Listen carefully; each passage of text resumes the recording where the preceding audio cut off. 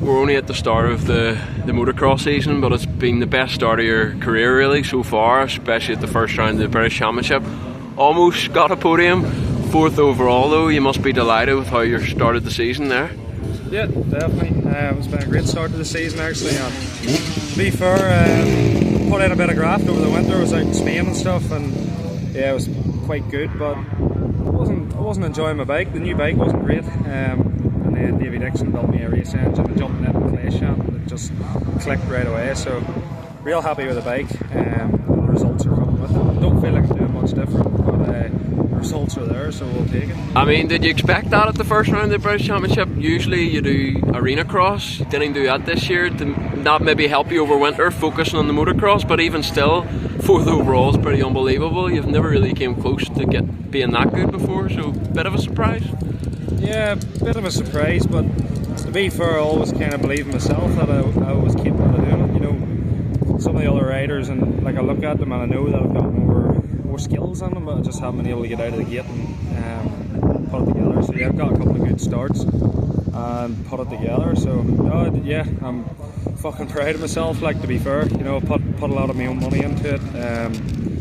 I haven't got much backing. I've got the help of motorcycle. It's just a small shop in England, and they've been great. But yeah, other than that, a few small sponsors in a very small circle, but pretty big hearts, we'll say. Yeah. And a lot of those riders, you know, they're full time, or they're more or less full time. You're a Tyler. You were back working on the Monday, I'm assuming, after the British, and also you have to come home to Northern Ireland. It's not exactly easy. So to do what you're doing, it's not easy.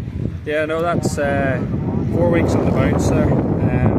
That's 4 boat trips, which costs a lot of money. I don't know how many thousand miles worth of diesel, injuries, all the rest of it. As you can probably see, the look of my face today, I'm pretty drained here at Seaford, which I've also come here today just, you know, for the fun. Don't know why, but I'm here. Always enjoy the May Day weekend. Seaford's a good track. Here we are. And just on your winter prep, I think you mentioned Spain. What was it like out in Spain? Obviously, Northern Ireland during the winters a nightmare with crap weather conditions. Get a good few weeks in Spain. Did you ride with many top Spanish or GP riders out there? What was it like?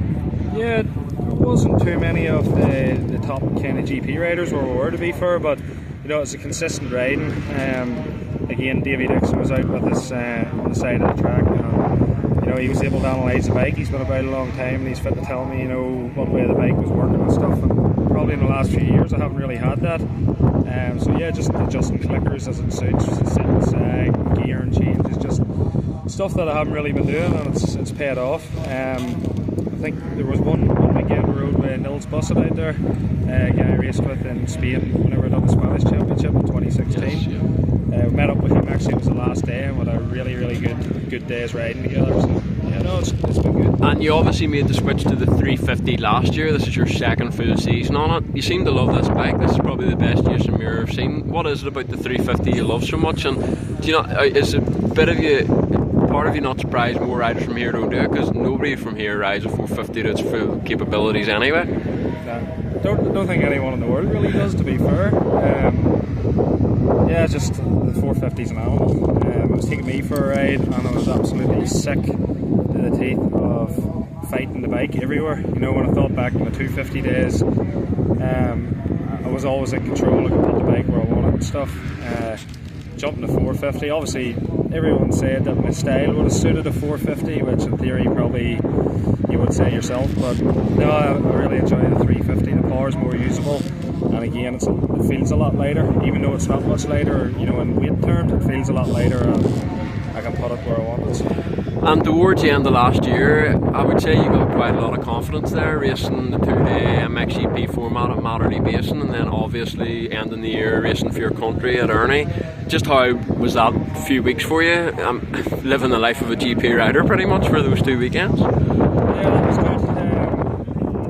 You know, when I was first asked did I want to do it, I was a bit like, nah, not good enough. You know, sometimes I need to remind myself that I'm probably not a rider. That's kind of been a big thing the past couple of years too.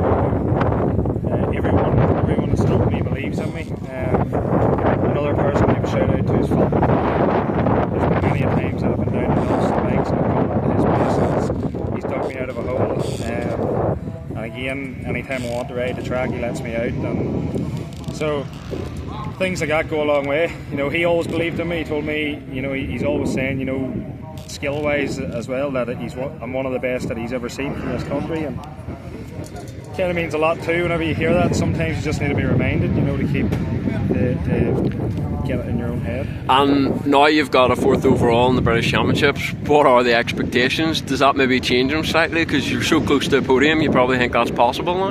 Nothing changes, no. To be fair, should I be first or last, as long as I'm riding, feel like I'm riding good and I'm enjoying how I'm riding, I'll be happy. And obviously here at the Ulster Championship today, racing at home, what is the situation like? Obviously not that many top riders do it anymore. I'm surprised you're here today, especially after racing in Scotland history. It's obviously great to see it, but maybe you need to do something to get more riders to race at home. Yeah, well, first thing that I would say is the top riders aren't treated with respect over here. Like, you look at the Scottish Championship there, for example. Yes, they've got money, yes, they've got track prep, but I went to Scotland this year with help, with entries, and the guys didn't even know who I was. I've come to Seaford here today, paid £40 for an entry and asked for £5 at the gate. It speaks for itself, really. That's not on. Like, they need to try and get their big riders to race here to get people interested and help the sport, because the way it's going, I mean, you're sort of holding it together by doing some. There's no one else, and I don't really blame the riders either, because like you say, there should be at least a free entry. Well, the free entry would be a start. Exactly, at least. Yeah, it's just, I don't know, the whole thing's backwards here. Everyone else is pushing on and we're stuck behind. I don't know. And obviously I was speaking to you at the end of last year, and you said this year you were going to go all in and do what you can do. Next year's maybe still up in the air, but I feel like the way you're racing in England, if you can't get a good ride for next year, you're probably never going to get one. So fingers crossed, keep the good results in and maybe get a good ride, and maybe you can do this full time in England or something. Well, it would be nice, but definitely, you know, a shout out to the motorcycle ones. I'm still really happy with what they're doing for me. I've got a bit of freedom, I can do my own thing, what suits, but yeah, the financial things, it's getting tough. It's draining me. And I did ask you a few weeks ago about MXGPs. You said you wanted to see what your speed was like first. We can all see your speed's pretty good. Do you know yet if you'll do any GPs and how many you'd like to do and what ones you're sort of thinking about? Because obviously trying to find one to work around the British and the Scottish might be difficult. Yeah, haven't really thought about it yet, to be fair. It still feels like it's really early in the season, even though we're now into May. But yeah, probably in the next few weeks we might have a look and see if we want to do some. One I've got my eye on is probably Lommel for the European EMX Open, yeah. See, but yeah, we'll have to see. Perfect, thanks for your time, Jason.